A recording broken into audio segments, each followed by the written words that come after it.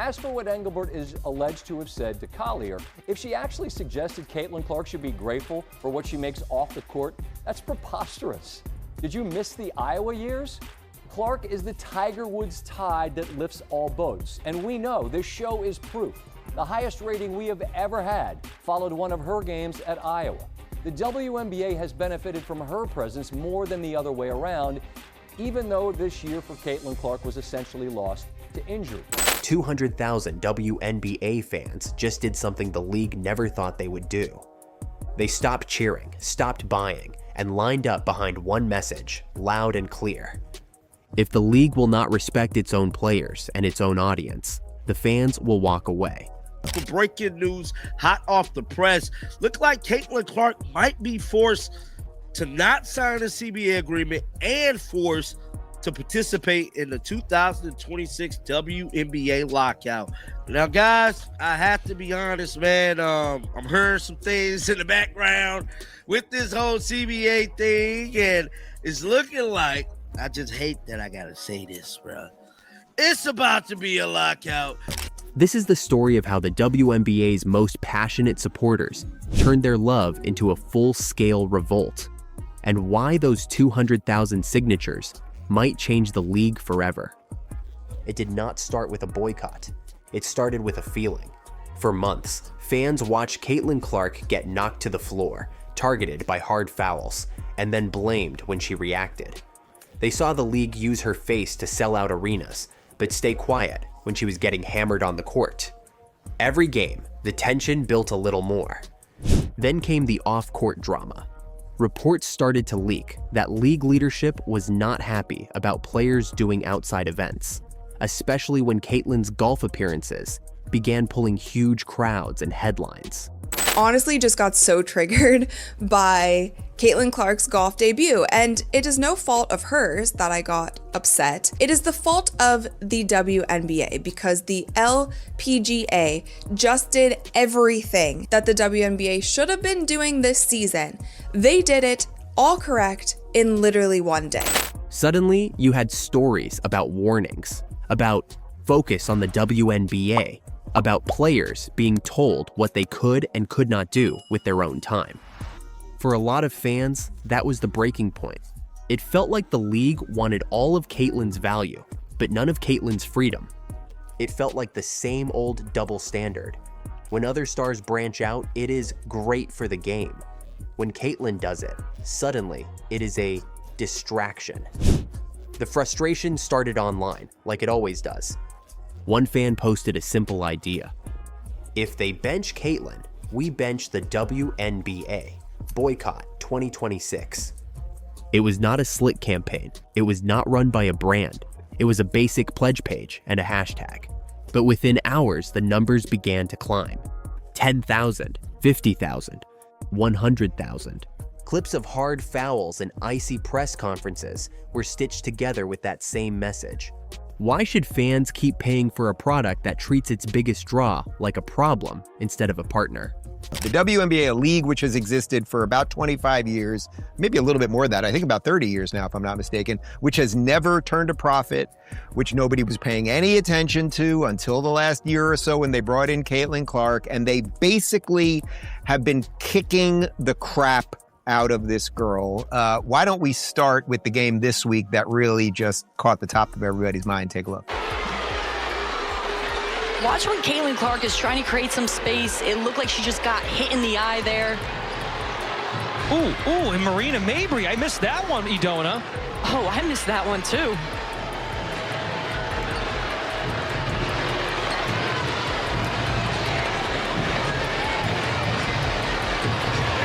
Stephen A. Smith went on and was discussing just all the craziness around CaitlinClark, and he kind of, I think, got it right. By the time the counter clicked past 200,000, this was not just a rant, it was a movement.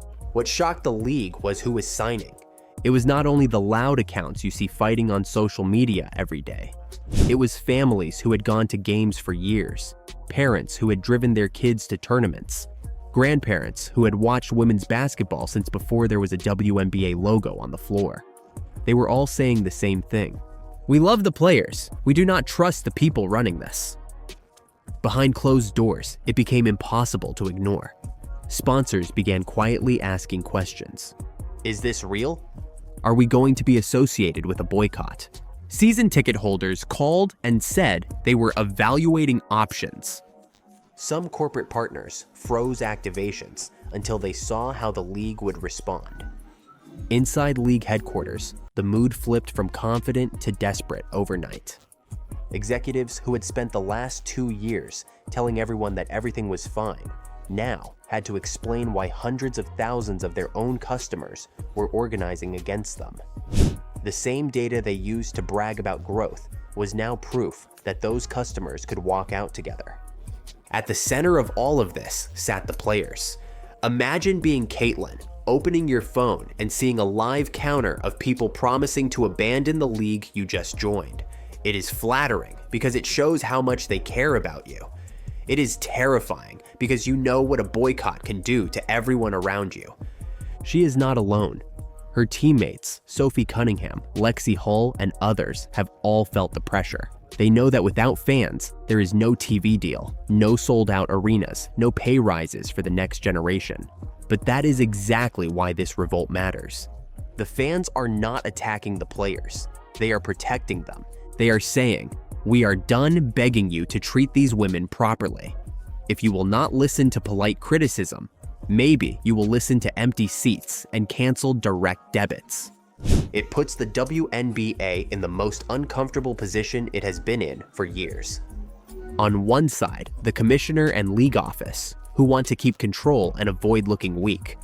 On the other side, the players and the fans, who are finally united in one simple demand: respect. Respect the stars who built this moment. Respect their right to build brands, to play golf, to do commercials, to have their own lives. Respect the people paying money to show up, who can clearly see when something is off. 200,000 signatures are not just a number, they are leverage. If even a fraction of those fans follow through, that is millions of dollars in ticket sales, merch, and TV value gone. The league knows it. The players know it. The sponsors definitely know it. So where does this go next? Either the WNBA listens, owns its mistakes, and starts working with its biggest star and her fan base. Or it doubles down, pretends the revolt is just online noise, and risks losing the very people who dragged the league into the spotlight in the first place. Here is the truth.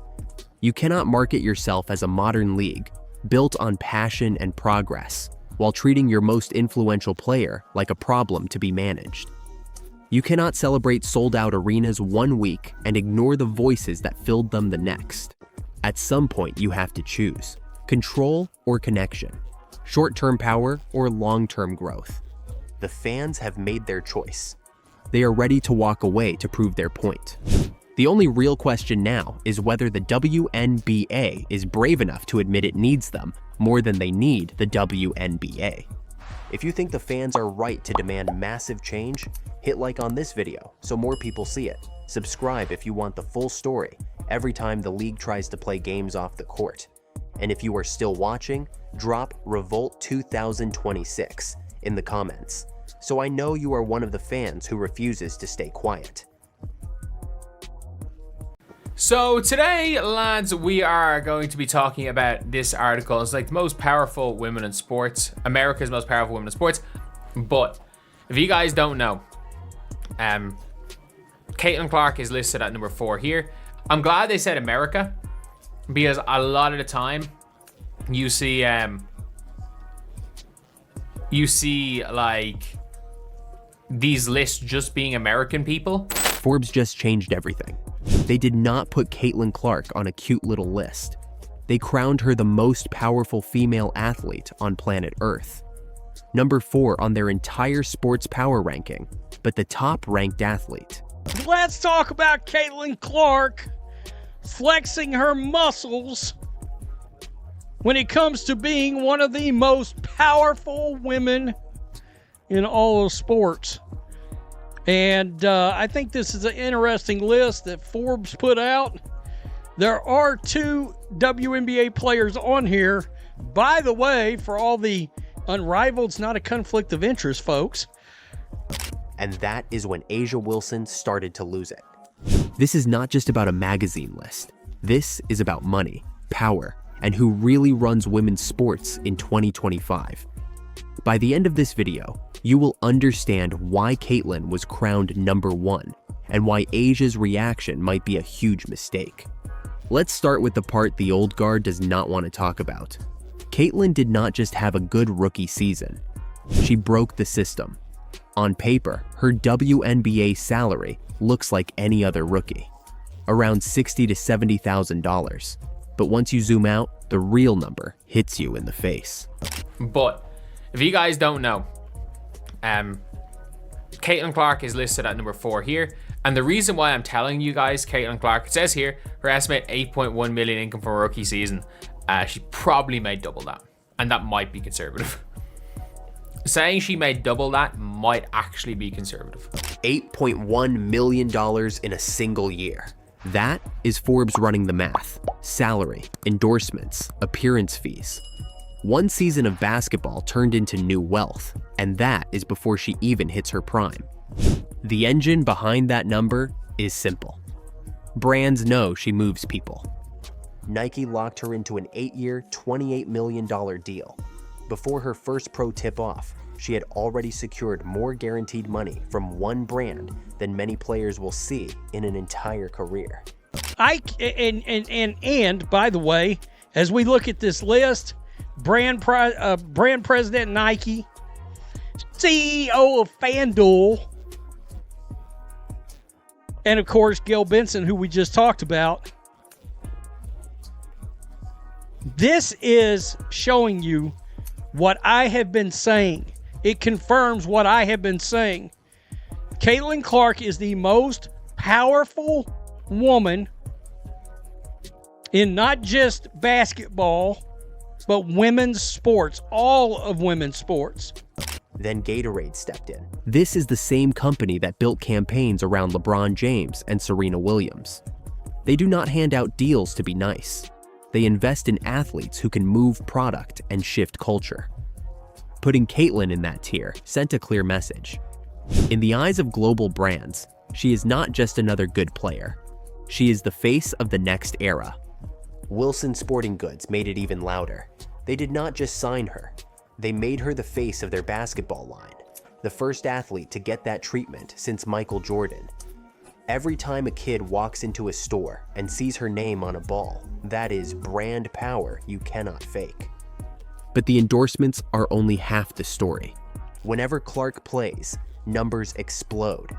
TV ratings jump. Games that would have drawn a few 100,000 viewers suddenly clear over 1 million. Arenas that used to be half empty are sold out. And it is not just the league making money. Local bars, restaurants, car parks, merch stands, all feel it. Cities hosting her games see spikes on game day. Caitlin is not just filling a box score, she is moving cash across communities. So when Forbes says most powerful, that is what they are measuring. Earnings, influence, eyeballs, economic impact. Now here is where the story gets messy, because A'ja Wilson did not take that news well. Nobody is denying A'ja's greatness. Multiple championships, MVPs, a Hall of Fame legacy. She has done everything you can do on the court. But power in 2025 is not just trophies. It is attention. It is how many people stop what they are doing when your name shows up on screen. And that is where the gap between these two players is massive. The cracks started to show as soon as Caitlin's Nike deal hit the internet.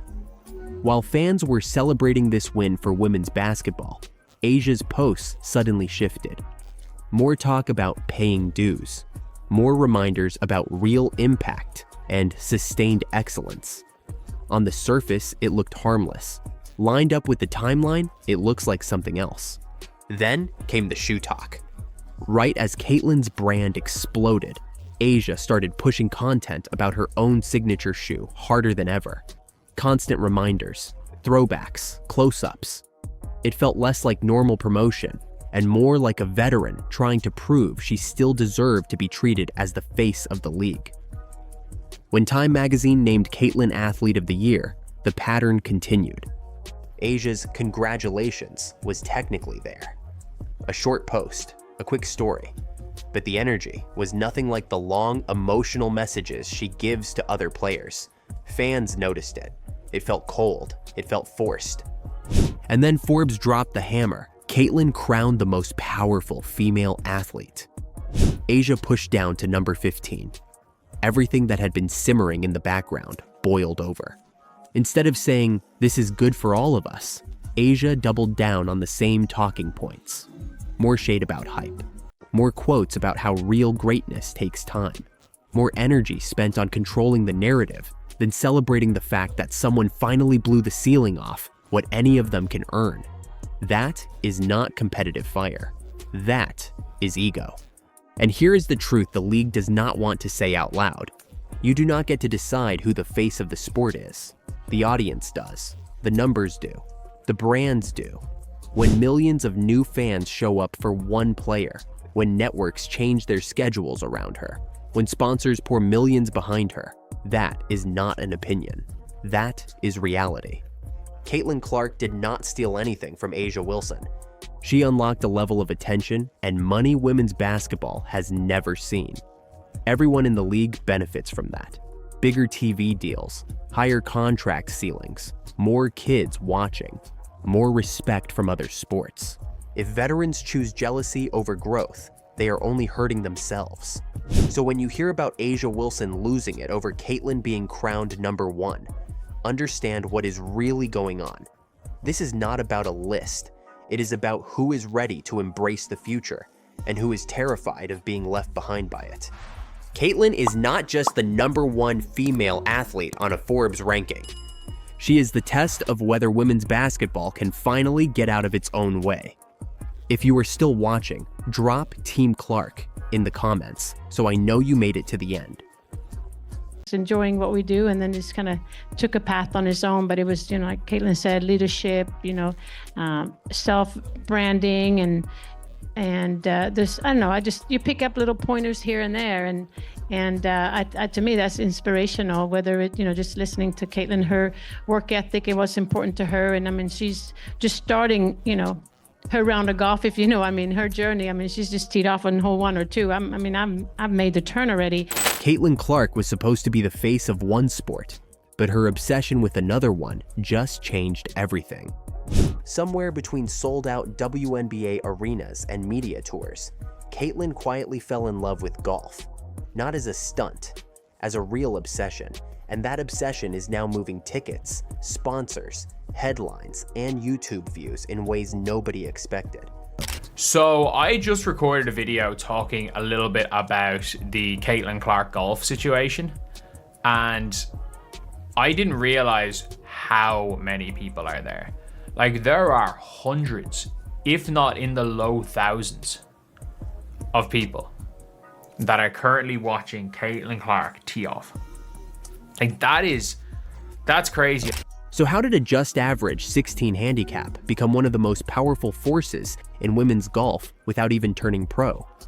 Before she was breaking scoring records, she was a kid with a pink junior club set, begging her dad to take her to the course. While most kids watched Tiger, her favorite golfer was Rory McIlroy. She sat in front of the TV studying his swing, dreaming about Augusta. During COVID, golf became her outlet. She played with Iowa teammates, battled her boyfriend Connor McCaffrey, and turned a hobby into a competitive itch.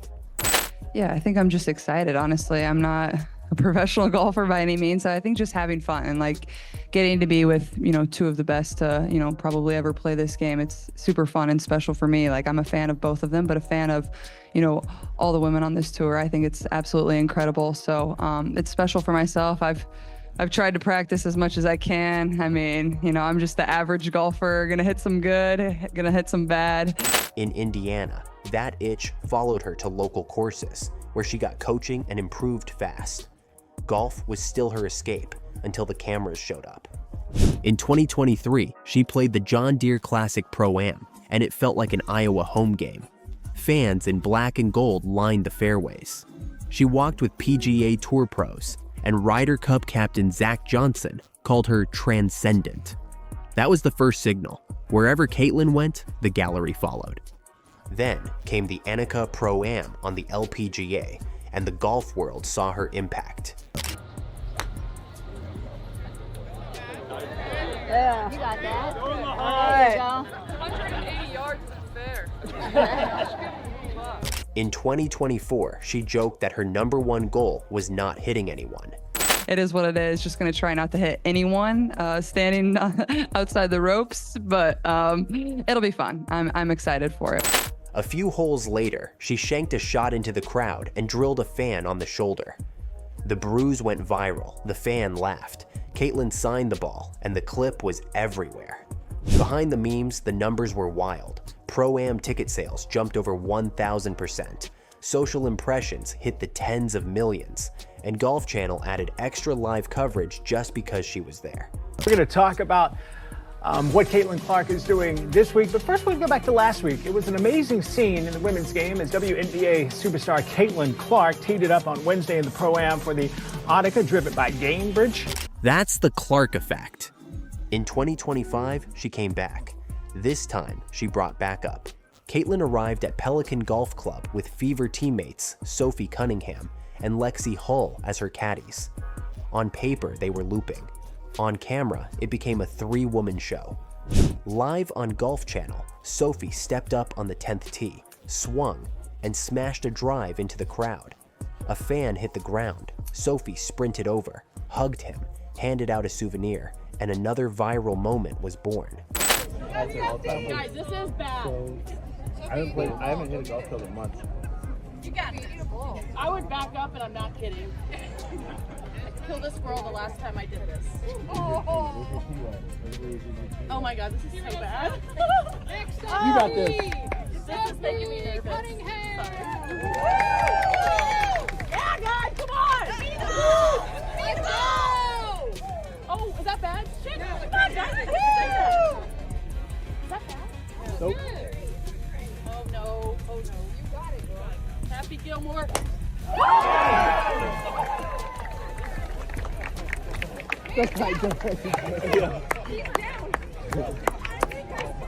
You didn't hit him. He just wants a hug. He did get it. He didn't even get hit.